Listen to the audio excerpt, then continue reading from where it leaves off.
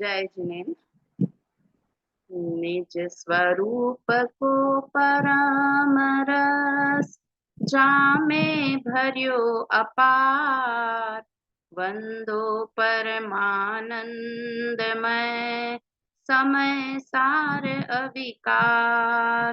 कुंद कुंद मुनि चंद्रवर अमृत चंद्र मुनि, आत्मरसी बनारसी वंदो पद अरविंद। आज श्रुत पंचमी का पावन दिन है। सब पर्वों में सबसे बड़ा पर्व अगर कोई है हमारे लिए तो वो श्रुत पंचमी पर्व है। पर्युषण पर्व से भी बड़ा, अष्टमी चतुर्दशी से भी बड़ा और भगवान के जितने पंच कल्याणक होते हैं उनसे भी बड़ा पर्व श्रुत पंचमी पर्व है।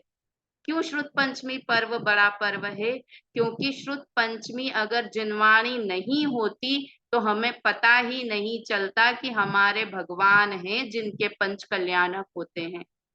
जिनवाणी नहीं होती तो हमें पता नहीं चलता कि क्या अष्टमी है, क्या चतुर्दशी है, क्या पर्युषण पर्व है। इसलिए सब पर्वों का सिरताज अगर कोई है तो वो आज श्रुत पंचमी पर्व है। भगवान के पंच कल्याणक तो बहुत सारे भगवान हैं, 24 तीर्थंकर तो हैं ही और उनके 5-5 कल्याणक हैं, है ना। तो 24 इंटू 5 करो कितने होते हैं, किंतु जिनवाणी के लिए एक ही दिन समर्पित है और वो श्रुत पंचमी का दिन है। गाती ना पूजा की लाइन में, इस दूषण भीषण काल में जिन देव का जब हो विरह, तब मात सम उपकार करते शास्त्र ही आधार है ना। रविंद्र भाई जी की पूजा है ये कि जिन देव का विरह है तो सिर्फ उपकार करने वाला अगर कोई है तो वो जिनवाणी है। इसलिए हमारे लिए सर्वोपरि है जिनवाणी माता। देखो हम जिनवाणी सुनते हैं, जिनवाणी सुनकर तत्व ज्ञान करते हैं, तत्व ज्ञान करके भेद विज्ञान करते हैं, भेद विज्ञान करके सम्यक दर्शन करके चौथा गुण स्थान करते हैं, सम्यक ज्ञान करते हैं, सम्यक चारित्र करके आगे गुण स्थानों में बढ़ते हैं और फिर मोक्ष को प्राप्त होते हैं। शुरुआत कहाँ से करते हैं? जिनवाणी सुनने से शुरुआत करते हैं, तब तत्व ज्ञान होता है। तो हमारा जो बेसिक फर्स्ट स्टेप जहां से होता है, ऐसी जिनवाणी माता का आज मदर्स डे है। सिर्फ हमारे लिए ही नहीं, पर हम सिर्फ मनुष्यों के लिए ही नहीं, सारे गति के जीवों का उपकार अगर कोई करती है तो वो जिनवाणी करती है। सबके हित की बात अगर कहीं है तो वो जिनवाणी की बात है ना। इसलिए हमें बहुत उत्साह से इस पर्व को मनाना चाहिए। जैसे मुझे क्या लगता है कि जैसे हम दिवाली आदि मनाते हैं ना, तो लगता है घर में बच्चों को कि आज कुछ सेलिब्रेशन है ना। दिए नहीं हम जलाते हैं किंतु नए कपड़े पहनते हैं और घर में जिनवाणी पूजा करते हैं, मंदिर में पूजा करते हैं। तो आज बच्चों को स्पेशली हमारे घर में जितने भी सदस्य हैं उनके साथ में बैठकर जिनवाणी की स्तुति भक्ति पूजन घर में करनी चाहिए, ताकि सबको भी पता चले कि आज कुछ महान दिन है, बड़ा पर्व है आज। नहीं तो ठीक है हम मंदिर जाकर कर ली, जिनवाणी सुन ली, किंतु हमारा देखो हमारा कितना दायित्व है कि अगर एक जनरेशन भी बीच में जिनवाणी के लिए गैप कर देती तो हमें अभी तक जिनवाणी नहीं मिल पाती। हमारे पूर्वजों का कितना उपकार है कि हमारे दादा उसे सुनते थे, उनके दादा उन्हें सुनाते थे, उनके दादा उन्हें सुनाते थे, तो वो सब सुनते सुनते परंपरा यहाँ तक आ गई। तो हमारा भी दायित्व है कि आगे भी जिनवाणी परंपरा चलती रहे। हम तो सुनते ही हैं, किंतु आज हम अपने परिवार में भी अपने बच्चों को एक बार बोल के बैठे या साथ में बैठे, पोते पोती हैं तो उनके साथ में, हस्बैंड है तो उनके साथ में, कि आज कोई बड़ा पर्व है, हमारा महान पर्व है। और मुमुक्षुओं के लिए तो ये बहुत ही महान पर्व है। क्यों? क्योंकि हम मोक्ष की अभिलाषा वाले जीव हैं और मोक्ष कब होगा? कि जब जिनवाणी सुनेंगे, तत्व ज्ञान करेंगे, भेद विज्ञान करेंगे और सम्यक दर्शन करेंगे, है ना। इसलिए बहुत महान दिन आज है और हम जिनवाणी को सुन ही रहे हैं, हम स्वाध्याय कर ही रहे हैं। मतलब जिनवाणी का सबसे अच्छा, माँ का सबसे अच्छा बच्चा कौन है? जो माँ की सेवा करता है वो, या जो माँ बाप की बात सुनता है वो। बहुत जो पैर माँ बाप की दबाए बात सुनता हमारा है। हमारा बच्चा, किंतु हम एक बात बोले और वो हमारी बात नहीं सुने, तो कौन ज्यादा अच्छा बच्चा है आरती जी? जो माँ की बात सुनता है। जो बात सुनता है। हम माँ है ना, तो फील करते हैं, हम मदर्स हैं कि हमारी बात सुने, जो हम कहें उस पे ध्यान से सुने। तो हम जिनवाणी के सबसे अच्छे बच्चे कब कहलाएंगे? कि जब हम जिनवाणी की बात को सुनेंगे, उसे जीवन में उतारेंगे, चारित्र में उसे लाएंगे, तब हम जिनवाणी के अच्छे बच्चे कहलाएंगे। तो इसलिए जिनवाणी का उपकार कभी भूलना नहीं। मतलब बहुत अति से अति पुण्य का उदय हमारा है कि हमें जिनवाणी सुनने को मिलती है।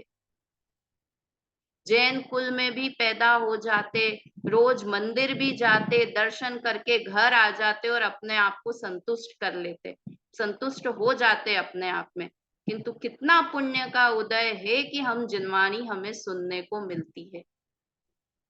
देखो कई बार क्या होता है कि हमें बहुत सारी चीजें मिल जाती है ना, तो हमें उसकी वैल्यू कम हो जाती है थोड़ी सी। हम रोज जिनवाणी सुनते हैं तो अब हमको लगता है ठीक है, प्रवचन ही तो है, पाठशाला ही तो है, एक दिन मिस हो गई तो क्या हो गया, एक दिन जिनवाणी नहीं पढ़ी तो क्या हो गया। तो ऐसा कभी भी, ऐसा भाव नहीं आना चाहिए कि ग्रांटेड लेने लगे उस चीज को। हमको जो इजीली अवेलेबल हो जाती है ना चीज, उसे हम ग्रांटेड लेने लगते हैं कि ठीक है ना प्रवचन। अभी मैं कल ही किसी पाठशाला ले रही थी यहाँ पर उज्जैन में, तो मैंने कहा, बच्चों को बोल रही थी कि रोज पाठशाला आना चाहिए, रोज सुनना चाहिए। अभी यहाँ शिविर चल रहा है उज्जैन में, तो मैंने उनसे कहा कि रोज अभी आप लोग 5 दिन रेगुलर पाठशाला आना, एक दिन भी मिस मत करना। तो एक बच्चा तुरंत बोलने लगा कि आंटी ठीक है, पाठशाला नहीं आएंगे तो यूट्यूब तो है ना, यूट्यूब पर सुन लेंगे। मतलब वो ग्रांटेड जैसा हो गया है कि ठीक है, नहीं सुनी पाठशाला, नहीं अटेंड किए प्रवचन, तो क्या है, कहीं और से सुन लेंगे। तो ऐसा भाव नहीं आना चाहिए। अति विनय का भाव शास्त्र श्रवण में होना चाहिए।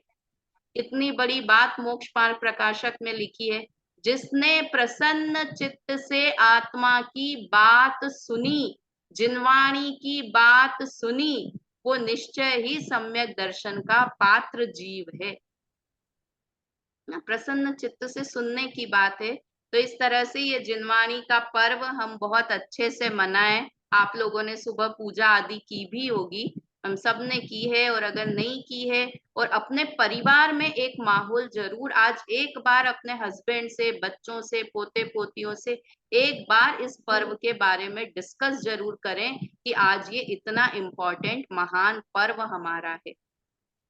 ठीक है, चलिए हम शुरू करते हैं। हम नाटक समय सार ग्रंथ के गुणस्थान अधिकार पर चर्चा कर रहे हैं, और कल हमने छठे गुणस्थान पर चर्चा की थी। सुनीता आंटी ने नोट्स भी भेजे थे, थोड़ा सा उसमें करेक्शन था, तो मुझे लगा कि अपन पाठशाला में ही डिस्कस कर लें तो ज्यादा अच्छा है। आपने एक तो लिखा, आप थोड़ा सा शायद गमन आगमन में कंफ्यूजन हो गया।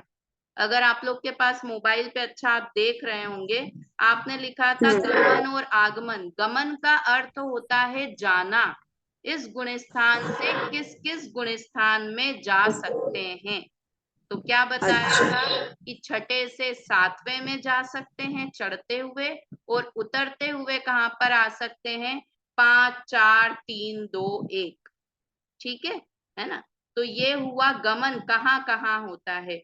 और आगमन अर्थात इस गुणस्थान में किस गुणस्थान से आते हैं, तो नियम से सातवें गुणस्थान से ही छठे गुणस्थान में आते हैं। आपको समझ में आ गया होगा, पर वो थोड़ा शायद लिखने में आगे पीछे हो गया, है ना। और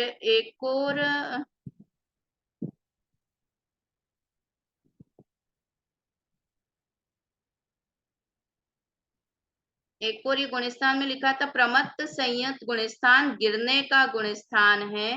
जब स्वंजलन कषाय का तीव्र और नो कषाय चोकड़ी का तीव्र उदय आने पर इस गुणस्थान गिर जाता है और मंद उदय आने पर सातवें गुणस्थान में चले जाते हैं।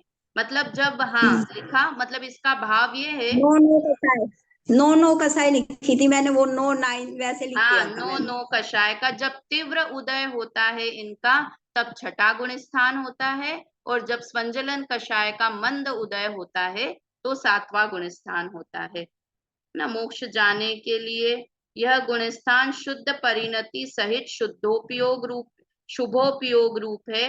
28 मूल गुणों का पालन इसी गुणस्थान में होता है। प्रमत्त संयत गुणस्थान वर्ती मुनिराज सच्चे भावलिंगी मुनिराज ही हैं। ठीक है, मतलब सातवें गुण स्थान की ये जो बस मेन, तो मतलब ये गमन आगमन वाली बात थी, वो थोड़ा सा यहाँ पर। अच्छा हाँ, एक और जो सही था, ये काल की अपेक्षा जो आपने लिखा, शायद वो समझ में नहीं आया था। काल की अपेक्षा बोलेंगे तो इस गुण स्थान का जगन्य काल आपने अंतर्मूर्त लिखा है सुनीता आंटी, अंतर्मूर्त नहीं है। इस गुण स्थान का जगन्य काल एक समय है, जगन्य काल एक समय है। किस अपेक्षा से, अगर इस गुण स्थान में मरण हो जाता है, जिसका मरण होने वाला हो, कल बात की भी थी ना, 5 पांडव की बात की थी कि वो 7वें में थे, छठे में आए, तुरंत ये विचार आया कि अरे दिगंबर मुनिराजों पे इतना उपसर्ग, तो गुण स्थान छठा था और उसमें ही मरण हो गया। तो जगन्य काल कितना है इस गुण स्थान का बेला भाभी? एक समय, है ना, यही मुझे बताना था। और वो उत्कृष्ट काल कितना है इस गुण स्थान का? अंतर्मूर्त, अंतर्मूर्त इस गुण स्थान का उत्कृष्ट काल है। ठीक है, जगन्य काल कितना है? एक समय, और उत्कृष्ट काल है अंतर्मूर्त। तो ये थोड़ा सा करेक्शन इसमें कर लीजिएगा आप लोग। बाकी बहुत अच्छे नोट्स बनाए थे सुनीता आंटी ने, और जिन जिन की कल क्लास रह गई थी, बेला भाभी, आरती भाभी, आप लोग वहां थे तो वो आप सुन लीजिएगा, क्योंकि ये पूरे गुणस्थान की अपनी चर्चा पूरी हो गई। सुबह ही सुनी इसलिए याद था, पर आपने मध्यम अंतरकाल, मध्यम अंतर्मुहूर्त बताया था ना? हाँ, मध्यम अंतर्मूर्त, अंतर्मूर्त भी मध्यम अंतर्मूर्त, क्योंकि कल चर्चा की थी ना अपन ने, अंतर्मूर्त भी होता है 48 मिनट का, तो उससे अंदर का जितना काल है 48 मिनट तक, तो न 7वें गुणस्थान में रहेंगे तो मोक्ष हो जाएगा, छठे में रहेंगे तो गुणस्थान गिर जाएगा। इसलिए बोलते हैं ना, क्षण क्षण में अंतर्मुख हो, सिद्धों से बातें करते हैं, सिद्धों से बातें करते हैं, परम दिगंबर मुनिवर देखे। ये आता है ना भजन, तो इसमें आता है कि क्षण क्षण में, तो अभी कोई कहे कि जब वो भोजन कर रहे हैं आरती जी, जब छठे गुण स्थान में, आहार विहार की सब क्रियाएं कौन से गुण स्थान में होंगी? छठे गुण स्थान में, है ना। और जब शुद्धोपयोग में रहेंगे तो 7वां गुण स्थान है, और आहार विहार की क्रिया कर रहे हैं तो छठे गुण स्थान में। तो अब कोई बेला भाभी भोजन कर रहे हैं, आहार कर रहे हैं मुनिराज, और हम समझे कि मुनिराज आएंगे, पैदल चल के आएंगे, आहार करेंगे, तत्व चर्चा करेंगे, तो 1 घंटे का समय तो टोटल लग जाएगा। तो इस बीच में 1 घंटे तक क्या वो 7वें गुण स्थान में नहीं जाएंगे, छठे गुण स्थान में रहेंगे? और अपन ने तो उत्कृष्ट काल कितना बोला? मध्यम अंतर्मूर्त। तो क्या है इसका मतलब? कि वो आहार करते करते भी बीच में आत्मा में चले जाते हैं, आत्मा में उनका उपयोग चला जाता है। कैसे चला जाता मलमूत्र, होगा? मतलब मलमूत्र विसर्जन के समय भी उनका क्या यही छठा गुण स्थान ही रहता है? क्या चीज बोल रहे हैं? मलमूत्र विसर्जन वगैरह करते होंगे मुनिराज, तो तब भी उनका छठा गुण स्थान रहता है? हाँ, छठा गुण स्थान। देखो एक बात बताती हूँ आपको कि अगर हम तो गृहस्थ हैं, अगर हम नहा रहे हैं, इसलिए नहा रहे हैं कि किचन में काम करना है, तो वो नहाना पाप में चला गया। हम इसलिए नहा रहे हैं कि हमें मंदिर जाना है जल्दी से, तो वो पुण्य में चला गया। किस प्रयोजन से क्या कार्य करें, जो पाप लगना है नहाने में वो तो अलग बात है, किंतु हम किस प्रयोजन से कौन सा कार्य कर रहे हैं। मुनिराज को तो अशुभोपयोग होता ही नहीं है, शुभोपयोग ही होता है या शुद्धोपयोग होता है छठे गुण स्थान में? अशुभोपयोग का तो अस्तित्व ही नहीं है। तो आहार विहार निहार कोई भी क्रिया कर रहे हैं तो वो सब शुभोपयोग रूप ही है।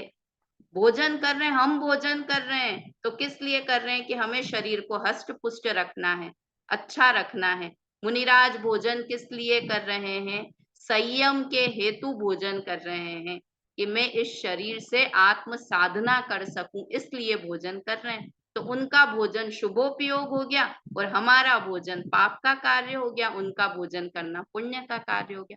आप प्रयोजन क्या है, अभिप्राय क्या है, किस चीज के लिए कौन सा कार्य कर रहे हैं? बाहर की क्रिया सेम दिखती रहे किंतु अंदर के भाव कैसे हैं, उस हिसाब से पाप और पुण्य का बंध होता है ना। इसलिए वो छठे गुण स्थान में तो अंतर्मूर्त तो एक जगन्य, अपन उत्कृष्ट और काल की बात कर रहे हैं ना, तो एक घंटे तक मुनिराज पूरे शुभोपयोग में नहीं रह सकते, एक घंटे तक शुद्धोपयोग में नहीं रह सकते। शुद्धोपयोग में रहेंगे तो गुणस्थान बढ़कर आगे 12वें 13वें गुणस्थान में पहुंच जाएंगे, और एक घंटे तक अगर शुभोपयोग में रह गए तो गुणस्थान गिरकर 5वें गुणस्थान में आ जाएंगे। और ये अगर गुणस्थान, कल भी बात की थी कि गुणस्थान गिरा, छठे से 5वें में आए, चौथे में आए, तीसरे में, तो जरूरी नहीं है कि बाहर में वस्त्र को धारण कर ले। परिणामों से गुणस्थान गिर जाता है, फिर वापस परिणाम संभाल के ऊपर के गुणस्थानों में आ जाते हैं। तो इस तरह से ये हमारी छठे गुणस्थान की चर्चा हुई। आज से हमें 7वां गुणस्थान प्रारंभ करना है। 7 से लेके 12 गुणस्थान बहुत ही महत्वपूर्ण गुणस्थान है, और खास बात इस गुणस्थान की है कि 7 से 12 तक का गुणस्थान का काल अंतर्मूर्त का काल है। इतने सारे 7, 8, 9, 10 और 12, 11वें का नाम नहीं ले रही हूँ, 5 गुणस्थान अंतर्मूर्त में जीव पार कर लेता है ना। हमने कहा बात की चौथे गुणस्थान में इतने समय तक रहता है, इतनी सागर की इतने की आयु है। पंचम गुणस्थान का उत्कृष्ट काल हमने देखा है ना, एक कोड़ा को एक पूर्व की आयु है। तो इतना सब है, किंतु इन गुणस्थानों का 7 से लेकर 12वें गुणस्थान का काल अगर जीव श्रेणी मांडे तो 48 मिनट में एक अंतर्मूर्त में इतने सारे गुणस्थान क्रॉस कर सकता है। पढ़ते हैं हम 7वां गुणस्थान, बहुत इंटरेस्टिंग गुणस्थान है ये। 7, 8, 9, 10, 11, 12, किंतु इसमें सबसे बड़ी बात कि बाहर से कोई भी चेंज नहीं दिखेगा। वो मुनिराज आत्मा के ध्यान में लीन है, तब हम ये नहीं पता लगा सकते कि ये मुनिराज 7वें गुणस्थान में है, 8वें में है, 9वें में है, 10वें में है या 12वें में है। बाहर से एक सी मुद्रा उनकी रहेगी। इस गुणस्थान की खासियत बता रही हूँ 7वें गुणस्थान की। हमको चौथे वाला अलग से दिखेगा, पंचम वाला, छठे वाले दिख जाएंगे, किंतु 7वें गुणस्थान से लेके ऊपर तक के गुणस्थान में एक सी मुद्रा रहेगी और अंतर्मूर्त में सारे गुणस्थान क्रॉस हो जाएंगे। तो भाभी आपने भी बोला कि अंतर मुहूर्त से ज्यादा समय पे रहने से गुणस्थान गिरता है, वो कैसे? वो गुणस्थान गिरता है अगर शुभ भाव में रह लें। अगर छठे गुणस्थान में अंतर्मूर्त से ज्यादा रह लें तो गुणस्थान गिर जाएगा, और अगर शुद्धोपयोग में अंतर्मूर्त से ज्यादा ले ले तो गुणस्थान बढ़ जाएगा, सीधे भगवान ही बन जाएंगे, है ना। शुद्धोपयोग में रह ले तो ऊपर ऊपर ऊपर बढ़ते रहेंगे। छठे गुणस्थान वाले मुनिराज की बात कर रहे हैं। अगर छठे वाले 7वें में आए और 7वें के बाद अंतर्मूर्त में तक रह लें तो वो 13वें गुणस्थान में पहुंच जाएंगे, और अगर छठे गुणस्थान में अंतर्मूर्त तक रह लें, मतलब इसका भी लॉजिक क्या है बेला भाभी, कि उन्हें शुभ भाव में इंटरेस्ट आने लगा है, इसलिए वो 48 मिनट से ज्यादा उस समय उस गुणस्थान में रह रहे हैं। समझ में आया सुनीता आंटी? इसलिए गुणस्थान गिर जाता है, क्योंकि कभी भी हम किसी चीज में रह रहे हैं ना, हमें अगर इंटरेस्ट आ रहा है तो हम उसमें और अधिक और अधिक और अधिक समय बिताने लगेंगे। मुनिराज उपदेश दे रहे हैं तो कौन से गुणस्थान में है? छठे में है या 7वें में है? छठे गुणस्थान में है। अब छठे गुण स्थान में उन्हें उपदेश देने में इतना मजा आने लगे कि ओ हो देखो कितने जीवों का उपकार हो रहा है, कितने जीव धर्म श्रवण कर रहे हैं, और अगर उस शुभ भाव में उपादेय बुद्धि आ गई तो तुरंत गुण स्थान गिर जाए। भाभी मुनिराज जैसे 1 घंटे का प्रवचन दे देते हैं तो अंतर्मुहूर्त से तो ज्यादा हो गया वो समय। हाँ, देखो इसमें ये बात है कि अगर कोई मुनिराज 1 घंटे से ज्यादा उपदेश दे रहे हैं तो हम तुरंत ये समझने लगे कि अरे ये मुनिराज तो सच्चे मुनिराज नहीं है। ऐसा भाव मन में नहीं लाना। क्यों? क्योंकि अभी अपन ने बात की ना, आहार करते करते भी वो अंदर में चले जाते हैं, तो उपदेश देते देते भी वो कब आत्मा को टच करके वापस बाहर आ जाए हमें पता नहीं चलता है। देखो इसलिए कभी भी किसी को हमेशा बुरी दृष्टि से नहीं देखना। बुरी मतलब अरे ये तो सच्चे मुनिराज हो ही नहीं सकते हैं, ऐसा मन में देखकर नहीं। हो सकते हैं, सच्चे हो सकते हैं। हमारी क्या हो जाती कि सच्चे हो ही नहीं सकते, देखो 1 घंटे तक प्रवचन दे रहे हैं तो हो ही नहीं, ऐसा भाव अंदर में नहीं लाना चाहिए। अब भाभी पढ़ने से अब आजकल ऐसे ही विचार आने लग गए। हाँ, मैं इसीलिए कह रही हूँ, सही कह रहे हो आप, क्योंकि मेरे भी अंदर में ऐसे विचार आते हैं, किंतु हम कभी भी किसी जीव की अंदर परिणति को नहीं झांक सकते हैं। और कैसे अंदर में चले जाते होंगे वो आरती जी, कैसे अंदर में चले जाते होंगे कि जैसे किसी लड़की की सगाई हो जाए, वो सबके साथ बैठी है, भोजन कर रही है, कब अंदर में 1 सेकंड के लिए अपने फियांसी की याद आ जाए और तुरंत हमसे बात करने लगे, पता नहीं चलेगा हमको, है ना। खुद उस चीज से तो अंदर पता नहीं कब हमको याद, हमारे बच्चे बाहर पढ़ रहे हैं, हम टीवी भी देख रहे हैं, सब कुछ कर रहे हैं, सब कर रहे हैं, और तुरंत जब नए नए बच्चे बाहर पढ़ने जाते हैं ना तो बार बार उनकी याद आती है। तो कब याद आ जाती है? सबके साथ सब बैठे हैं किंतु अंदर उसको याद करके वापस बाहर सबके साथ में बैठे रहते हैं। ऐसे ही मुनिराज को वो चीज उत्कृष्ट लगती है, आत्मा। तो कोई भी क्रिया कर रहे हैं, इसलिए कहा छठे सातवें गुणस्थान में झूलते रहते हैं मुनिराज, बार बार आत्मा को टच करते हैं। टच करते हैं मतलब समझ में आ रहा है ना, कि आत्मा को स्पर्श करते हैं, आत्मा का ध्यान करते हैं, आत्मा की तरफ ध्यान जाता है उनका, फिर बाहर आ जाते हैं, फिर बाहर नहीं उपयोग, फिर अंदर, ऐसे बार बार अंदर बाहर मुनिराज करते रहते हैं। हम हमेशा किसी जीव को बाहर से परखने की कोशिश करते हैं, किंतु वास्तव में ये सारी गुण स्थान की प्रक्रिया है, सारा गेम है, ये अंदर के परिणामों का गेम है।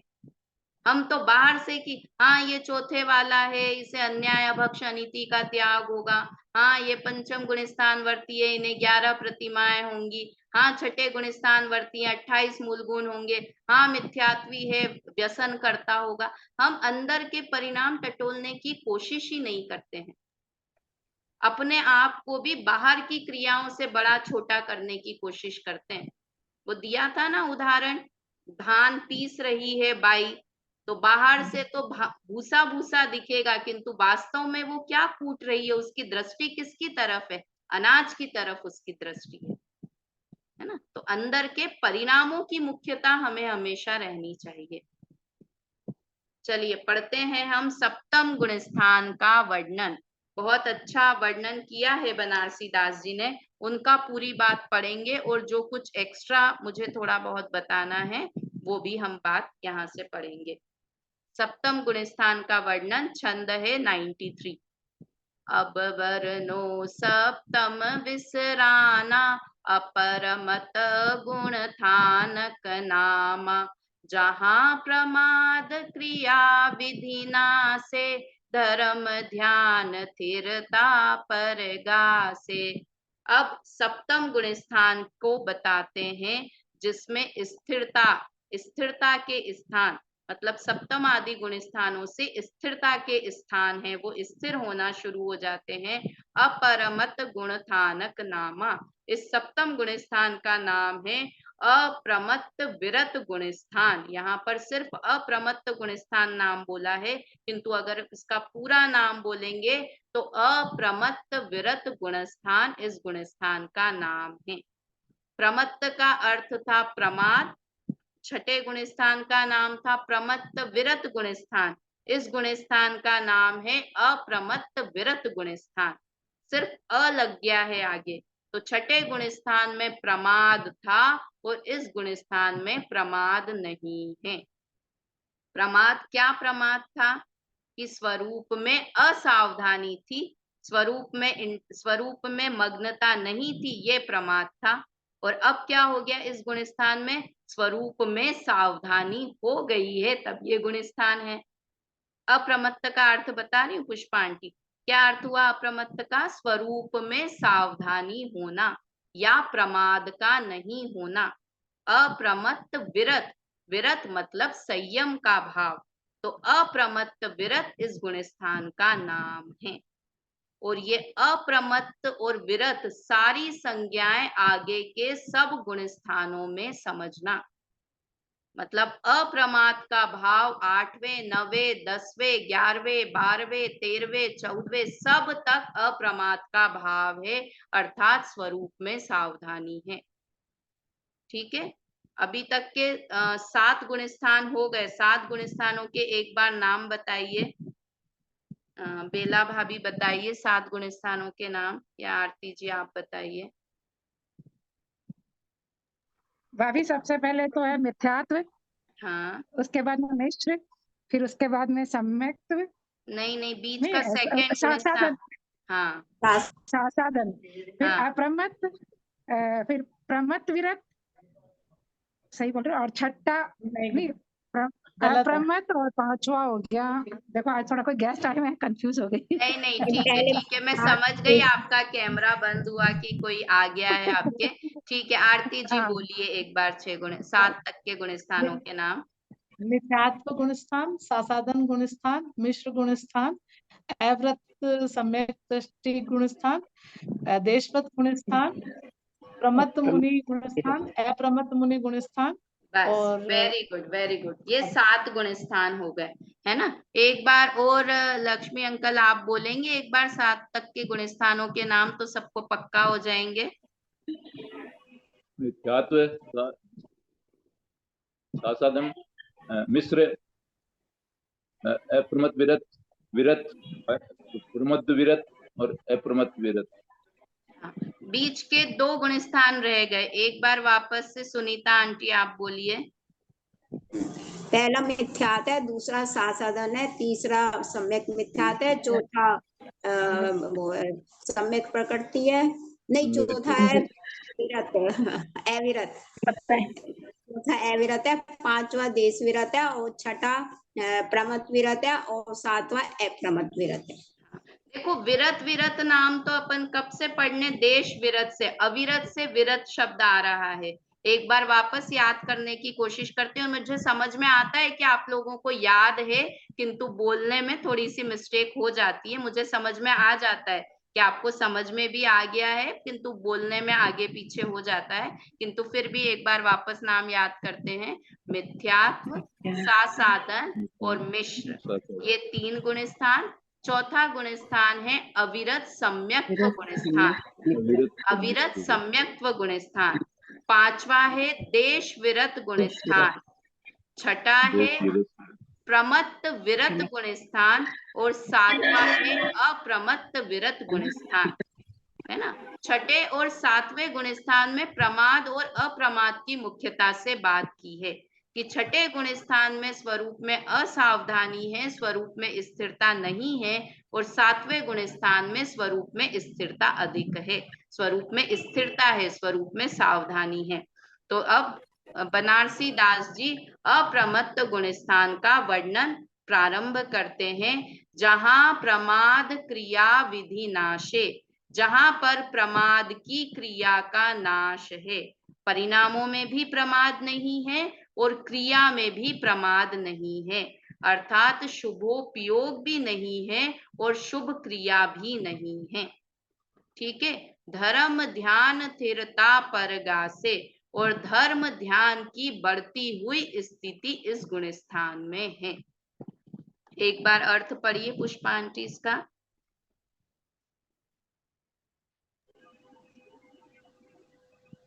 थोड़ा सा स्क्रीन ऊपर करना पड़ेगा बस। अच्छा, हाँ ठीक है, अब दिख रहा है। हाँ, अब स्थिरता के स्थान अप्रमत्त गुण स्थान का वर्णन करते हैं, जहाँ धर्म ध्यान में चंचलता लाने वाली 5 प्रकार की प्रमाद क्रिया नहीं है और मन धर्म ध्यान में स्थिर होता है। हाँ, मतलब 5 प्रकार की प्रमाद क्रिया ध्यान है। कौन से 5 प्रकार के प्रमाद पढ़े थे हमने, है ना? 4 विकथा, 4 कषाय, 5 इंद्रियों के विषय, निद्रा और स्नेह। ये 5 प्रकार के मूल भेद हैं और इनके ही 15 उत्तर भेद हैं। तो इस प्रकार की 5 प्रकार की प्रमाद उन्हें नहीं है। 4 प्रकार की विकथा कैसे होती है छठे गुण स्थान में? हमें विकथा लगती है मतलब वो हो मुनिराज विकथा करते होंगे। इसकी चर्चा हमने पूरी की थी कि जब वो प्रथमान योग आदि ग्रंथों का उपदेश देते हैं या सुनते हैं तब 5 प्रकार की विकथा हो जाती है। किंतु यहाँ प्रमाद मतलब शुभ भाव को प्रमाद कहा है। हम प्रमाद सुनते ही लगता है कि अशुभ भाव की बात चल रही होगी, आलस की बात, मतलब धर्म उपदेश देना ये प्रमाद है, ये आलस है, क्योंकि स्वरूप में सावधानी नहीं है, स्वरूप में स्थिरता नहीं है। और 7वें गुण स्थान वाले मुनिराज को स्वरूप में स्थिरता है। 7वां गुण स्थान शुद्धोपयोग का पहला गुण स्थान है, लिख लीजिए, याद रखिएगा, है ना? शुद्धोपयोग का कंटिन्यू वाला, शुद्धोपयोग तो हो गया चौथे से भी, किंतु 7वें से कंटिन्यू वाला जो शुद्धोपयोग है, तो ये शुद्ध यहाँ पर जैसे आगे के जो गुण स्थान थे ना, वहां पर शुभ भी है, अशुभ भी है, शुद्ध भी है, सब थे, किंतु 7वें गुण स्थान में ओनली शुद्धोपयोग है, नो अशुभोपयोग, नो शुभोपयोग, ओनली शुद्धोपयोग है। ये 7वां गुण स्थान, पहला गुण स्थान ऐसा है ना? इसलिए इस गुण स्थान की बहुत महिमा आनी चाहिए। चलिए एक और छंद पढ़ते हैं, ये 2 ही छंद हैं इसके, फिर उन्होंने इसके बाद 94 छंद के बाद 8वें गुण स्थान की चर्चा होगी, तो एक छंद और है जिसको हम पढ़ते हैं। प्रथम करण चारित्र को जासु अंत पद होय, जहाँ आहार विहार नहीं अपरमत है सोय। क्या लिखा? प्रथम करण चारित्र को, ये चारित्र का पहला करण है। करण मतलब समझना, भाव, उत्कृष्ट शुद्ध भाव। तो ये चारित्र मोहनी के नाश के लिए प्रथम करण है, प्रथम उत्कृष्ट भाव है ना? जासु अंत पद होई, और इसके बाद अंत है चारित्र मोह कषाय का, यहाँ से अंत होना प्रारंभ है। जहां आहार विहार नहीं अपरमत है सोई, और जहां पर आहार विहार आदि क्रियाएं नहीं है, इसलिए ये अप्रमत्त गुण स्थान है। यहाँ आहार विहार लिखा, इसमें पूरे 28 मुल्क मतलब सारे शुभ भाव, किसी भी तरह का शुभ भाव नहीं है, इसलिए ये अप्रमत्त गुण स्थान है। इसकी थोड़ी सी विशेष चर्चा भी है, इसका अर्थ और विशेष दोनों पढ़ते हैं हम यहाँ से। पढ़िए, कौन पढ़ेगा? कोई भी पढ़िए। ये हीरा जी जैन पढ़िए, आप नए हैं, मुझे मैं पहचानती नहीं हूँ। हीरा जैन नाम से आप हैं, अगर आपको स्क्रीन दिख रही है तो पढ़िए आप प्लीज।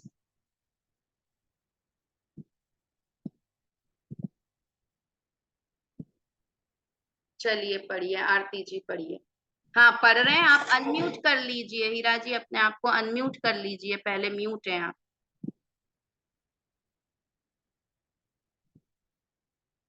नहीं, आपकी आवाज नहीं आ रही है, आपको आपके साइड से वो माइक का साइन है ना, उसे म्यूट कर लीजिए।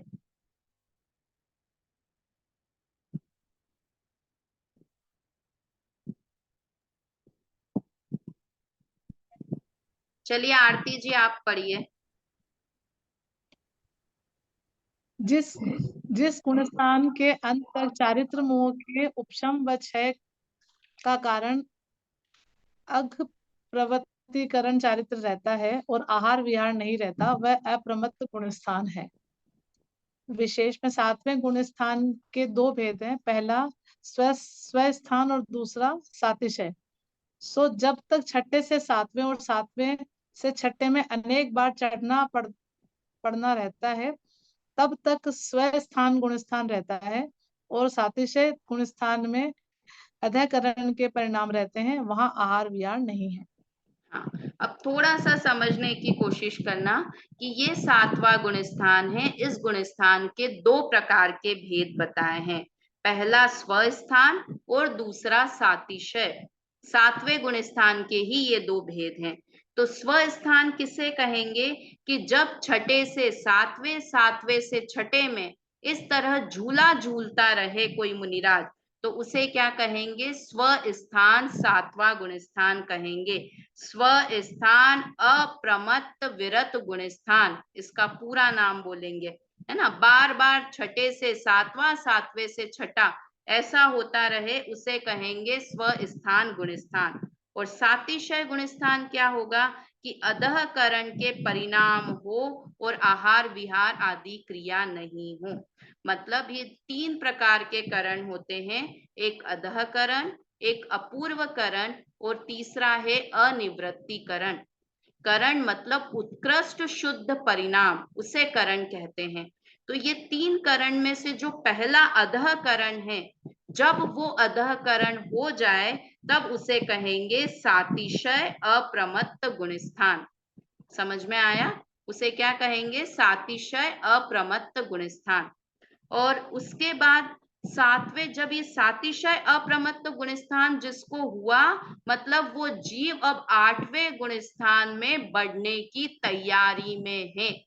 या और सरल शब्द में कहें तो 7वें गुण स्थान का जो ये सातिशय गुण स्थान वाला काल है, ये श्रेणी चढ़ने की तैयारी वाला काल है।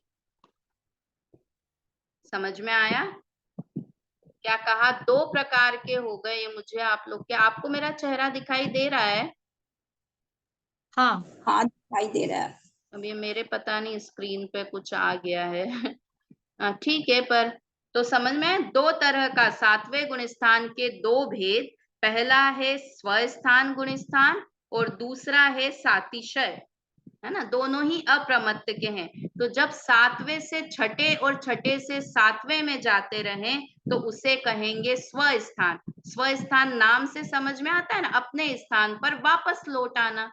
तो छठा 7वां, 7वां छठा, ऐसे बार बार अपने स्थान पर आ जाना, वो स्वस्थान गुण स्थान है। और सातिशय कब कहेंगे उसे? कि जब अतिशय आश्चर्यकारी परिवर्तन हो जाए, मतलब अधःकरण चारित्र हो जाए, तब उस गुण स्थान, उस समय उस जीव को कहेंगे कि ये सातिशय गुण स्थान नामक अप्रमत्त गुण स्थान में है।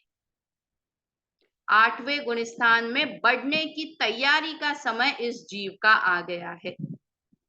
ठीक है, परिणाम कौन से रहेंगे? शुद्धोपयोग के परिणाम इस समय पर रहेंगे। ये अपन थोड़ी सी आज चर्चा अधूरी सी लग रही है, किंतु कल हम 7वां, 8वां, 9वां तीनों गुण स्थान साथ में पढ़ेंगे तो पूरा अच्छे से इसका भाव समझ में आएगा। अभी तो 2 नाम याद करने हैं। 7वें गुण स्थान के 2 नाम कौन कौन से? 2 नाम, पहला स्वस्थान गुण स्थान और दूसरा सातिशय। स्वस्थान में छठे से 7वें, 7वें से छठे में आते हैं। और सातिशय से किस में जाते हैं? सातिशय से 8वें की तैयारी शुरू हो जाती है, 8वें गुण स्थान में जाते हैं।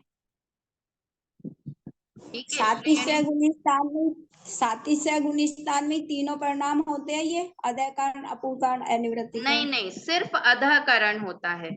अपूर्वकरण 8वें गुण स्थान में, अनिवृत्तिकरण 9वें गुण स्थान में।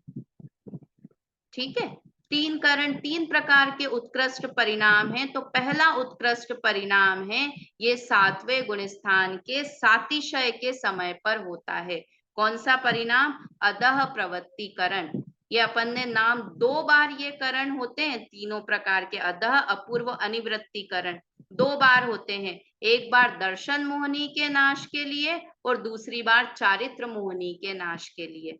तो जब ये अब हो रहा है ना अधःकरण, ये किसके लिए हो रहा है सुनीता आंटी? चारित्र मोहनी कर्म के नाश के लिए ये वाले भाव हो रहे हैं।